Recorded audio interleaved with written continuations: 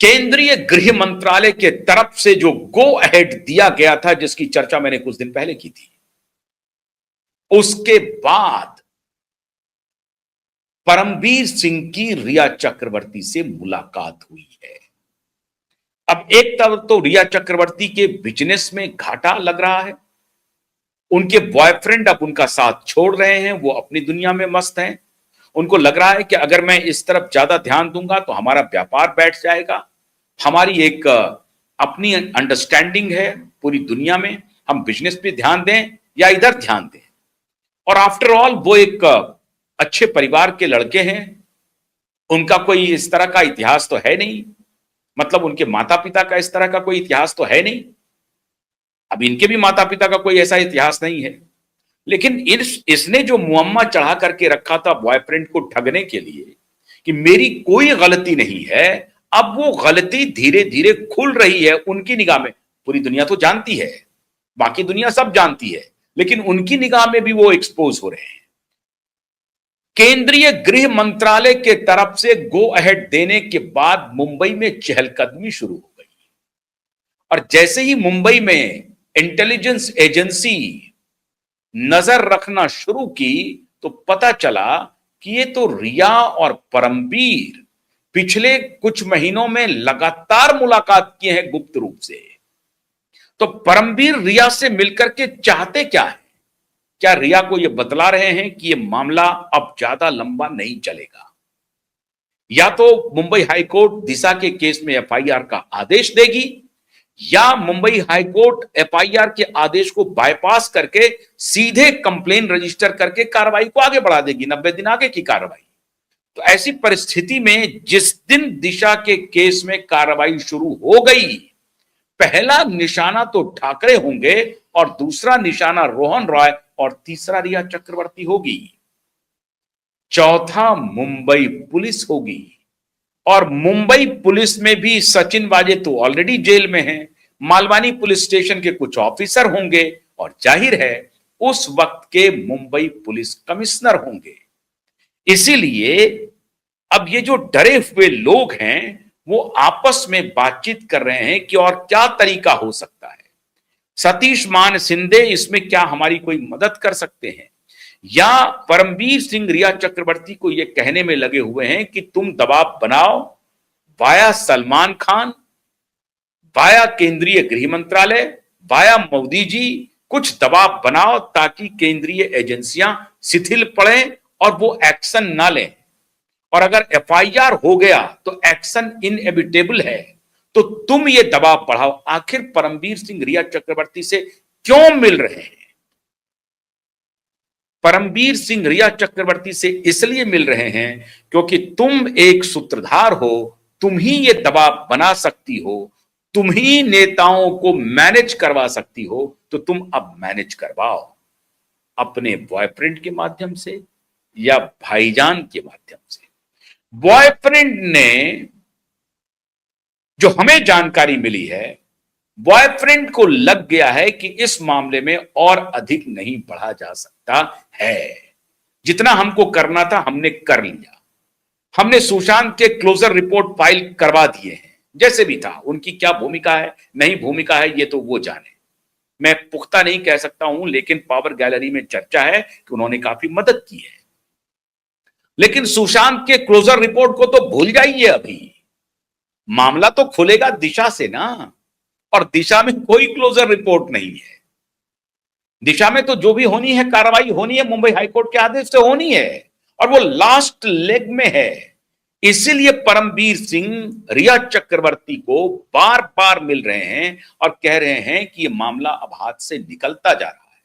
यहां पे देवेंद्र फडणवीस हाथ खड़े कर देंगे, मोदी भी हाथ खड़े कर देंगे, और अमित शाह के मंत्रालय से तो साहब एक्शन शुरू हो गया।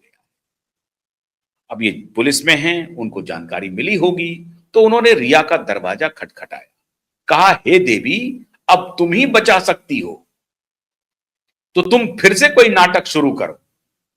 तो मित्रों, उनके जो तथाकथित बॉयफ्रेंड हैं, उन्होंने अभी पहला झटका उन्हें दिया है और कहा है कि मैं इस प्रकरण में बहुत आगे नहीं जा सकता हूं, इससे ज्यादा मेरी कैपेसिटी नहीं है। और मैं इसमें उलझूं या अपने व्यवसाय में उलझूं। मेरे भी परिवार हैं, मेरी भी मां है, मेरे भाई हैं और भी मेरे परिजन हैं, मैं उसको देखूं या अपने बिजनेस को देखूं। और अगर मुझे फिर कोई शादी करनी होगी तो उसको देखूं, नहीं करनी होगी तो उसको भी देखूंगा। भाई तुमको जितना करना था हमने किया, अब इससे ज्यादा नहीं हो सकता है। तो दोनों तरफ से अब रिया चक्रवर्ती फंसती जा रही है। अब उनको कोई सहारा मिलेगा नहीं, क्योंकि उनके जो सहारे थे ना परमवीर सिंह, अब तो वो उनका कांधा ढूंढ रहे हैं। परमवीर सिंह ढूंढ रहे हैं रिया चक्रवर्ती का कांधा कि कुछ करो, लगाओ, कोशिश करो। आदित्य ठाकरे तो अब कुछ नहीं कर पाएंगे। अब अगर कुछ कर पाएंगे तो भाईजान करेंगे। भाईजान का अब कहना होगा कि देखो हम दिल्ली के कुछ पत्रकारों से बात करते हैं, देखते हैं कुछ सेटिंग गेटिंग अगर हो जाती है तो कोशिश करते हैं, लेकिन इससे होगा क्या? कुछ नहीं होगा। जज को अपनी कुर्सी तो नहीं गंवानी है ना। हाँ, यह बात जरूर है कि मुख्यमंत्री, गृह मंत्री और प्रधानमंत्री की बात को जज अनसुनी करते नहीं हैं। यही कारण है कि 12 महीने बीत चुके हैं और एफआईआर का आदेश नहीं हुआ है।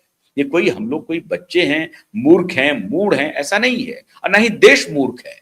देश ये जानता है कि सरकार के हस्तक्षेप की वजह से ही एफआईआर रजिस्टर नहीं हो रही है। मैंने कल ही आपको कार्यक्रम की करके बताया था, और इसीलिए हर 15 मिनट में रेप की घटनाएं हो रही हैं।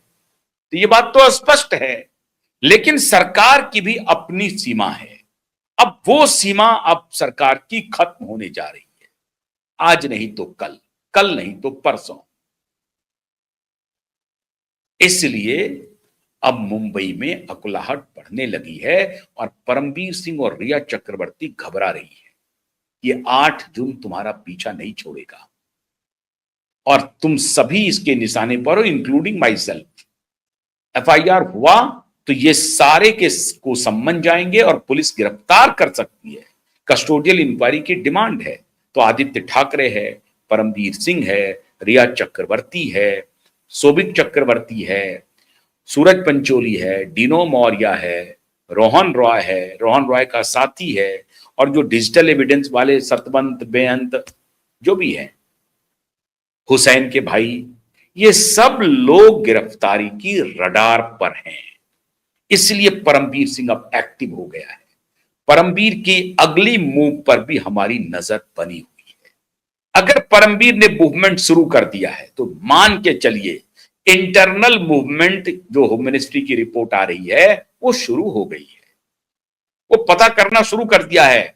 एसआईटी वेसआईटी तेल लेने गया, उनको पता चलना शुरू हो गया है कि अगर एफआईआर हुआ तो आगे की गतिविधि को कैसे अंजाम देंगे।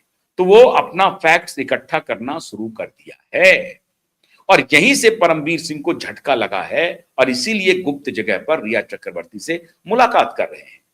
वरना रिया चक्रवर्ती से परमवीर सिंह को आज के दिन में मुलाकात करने की आवश्यकता क्या है?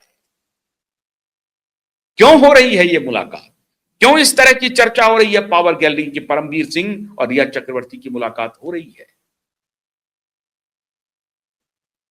है ना। अब ये खबर है हमारे पास पुख्ता। तो जो लोग हमें खबर दे रहे हैं वो कह रहे हैं आवश्यकता पड़ी तो मैं एविडेंस भी दे दूंगा। मैंने तो उनसे एविडेंस मांगा नहीं अभी। उन्होंने कहा कि मेरे पास एविडेंस भी आ जाएंगे, लेकिन मैं जो बोल रहा हूं वो बिल्कुल सही बोल रहा हूं। मैं उनकी बात पर भरोसा कर रहा हूं जो उनको अकाउंट दे रहे हैं कि चूंकि होम मिनिस्ट्री एक्टिव है और उनको लग रहा है कि किसी भी मोमेंट हाईकोर्ट का आदेश आएगा तो पहली गाज तो मुंबई पुलिस, ठाकरे और रोहन रॉय और रिया चक्रवर्ती पर पड़ेगी। रिया चक्रवर्ती इससे बच नहीं सकती है और परमवीर सिंह का रिया से मुलाकात इस बात की पुष्टि कर रहा है कि परमवीर जानते हैं कि रिया भी दिशा के केस में पूरी तरह से फंसने वाली है, वो बरी नहीं हो सकती है। और इसीलिए बॉयफ्रेंड को लग रहा है कि साहब अगर एफआईआर हो गया, ये तो सुशांत का केस तो हमने कर दिया, लेकिन इसने तो कहा था कि दिशा केस में मेरा कोई लेना देना नहीं है। लेकिन 8 जून को मृत्यु हुई दिशा की या 9 जून को हुई, ये तो जांच के भी बाद पता चलेगा। तो जांच के पहले तो आपको कोऑर्डिनेट करना पड़ेगा। आप 8 जून को अगर 1 बजे छोड़ के गई हैं, 2 बजे छोड़ के गई हैं और 8 जून की सुबह मतलब 7 की ही रात को मौत हो गई है, या 8 जून को पता चल गया है सुशांत को और ये 9 जून का पुलिस नाटक कर रही है, ये तो तहकीकात के बाद पता चलेगा। और तब रिया का सुशांत का घर छोड़ के जाना ये एस्टैब्लिश करेगा कि रिया और दिशा और सुशांत के बीच में एक अजीब गहरा रिश्ता है जो इस मौत की गुत्थी को सुलझाएगा। और इसीलिए परमवीर सिंह रिया चक्रवर्ती को मिल रहे हैं। अब मोहतरमा आप ही बचा सकती हैं। तो रिया फिर एक्टिव होंगी, ये पक्का मान के चलिए। भाईजान फिर एक्टिव होंगे, दिल्ली के दलाल पत्रकारों की मदद से फिर वो एक्टिव होंगे, लेकिन बात बनने वाली नहीं है।